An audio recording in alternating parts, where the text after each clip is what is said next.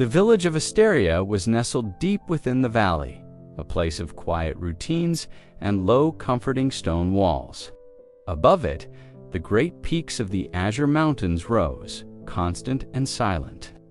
In Asteria lived a young woman named Elara, known for her gentle hands and the quiet way she moved through the world. Every morning before the dew had surrendered to the sun, Elara would walk past the sleeping fields to a small, neglected plot of land at the edge of the forest. The other villagers, practical and focused on their established grain harvests, often watched her with a mixture of pity and confusion.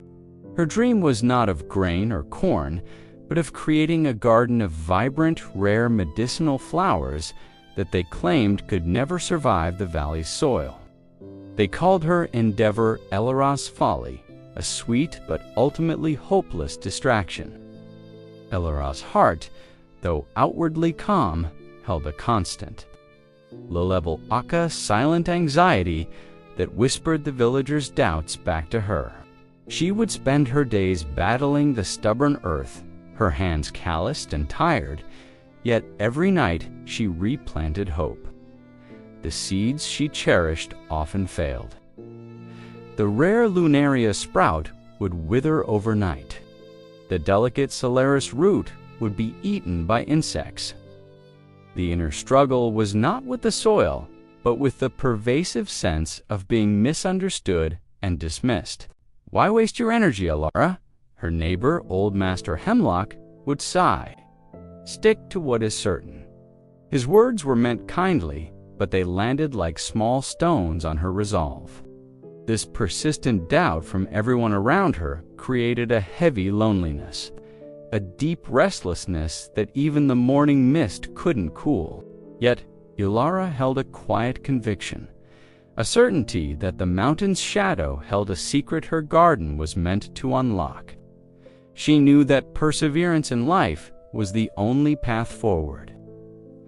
One afternoon, during a particularly discouraging drought, Elara retreated deeper into the woods, seeking the cool shade of the ancient trees. There, near a winding stream, she encountered an elderly woodcutter, Elara, who was not from Asteria. Elara was collecting small, smooth river stones, humming a simple, tuneless melody.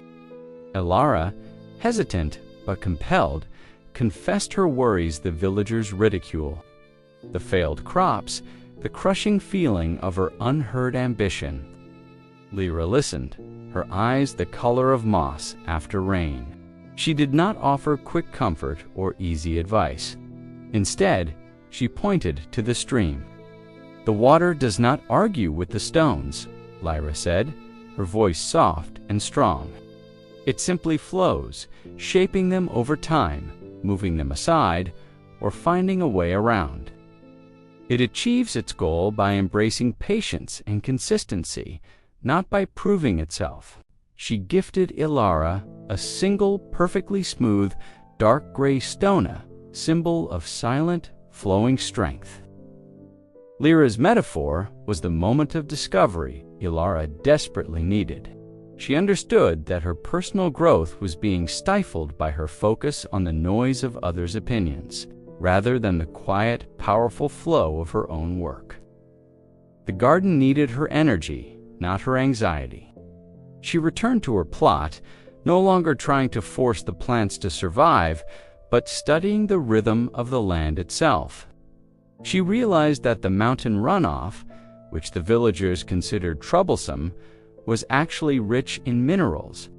She stopped fighting the shade and began planting the more delicate seeds where the great pine shadow fell for a few hours each afternoon.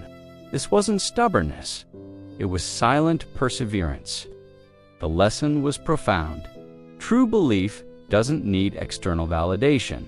It only needs internal action. If you focus on the truth of your effort, the outcome will eventually speak for itself, transforming self-doubt into certainty. She started to see her task not as winning an argument with her neighbors, but as a commitment to her own inner peace. Months passed, marked by the soft, persistent sound of rain and the gradual shift in the light. Elara stopped looking up when the villagers walked by. She was too busy. She noticed the small miracles, the tiny purple bell of a lunaria finally opening in the shade, the unexpected robustness of a solaris leaf where the mineral-rich water flowed. Her garden began to flourish, not because the soil had changed, but because her approach was a mosaic of quiet resilience. The flowers were unlike anything Asteria had ever seen, vibrant, fragrant, and astonishingly hardy. The villagers, drawn by the scents and the sight of such unexpected beauty, began to visit, not to criticize, but to ask questions. Elara did not gloat or offer sharp "I told you SOs." She simply offered a gentle smile and a small bundle of fragrant herbs to Master Hemlock.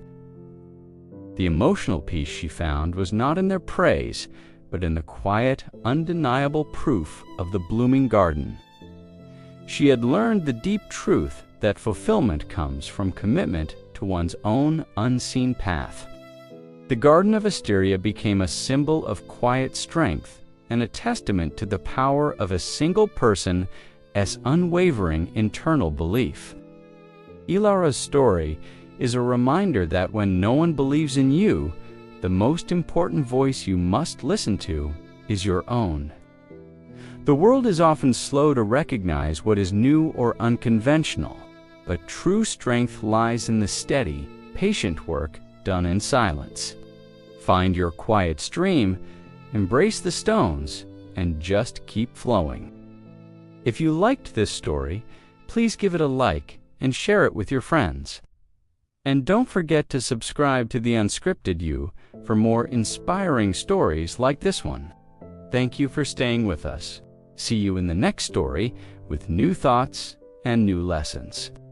Until then, stay well and stay peaceful.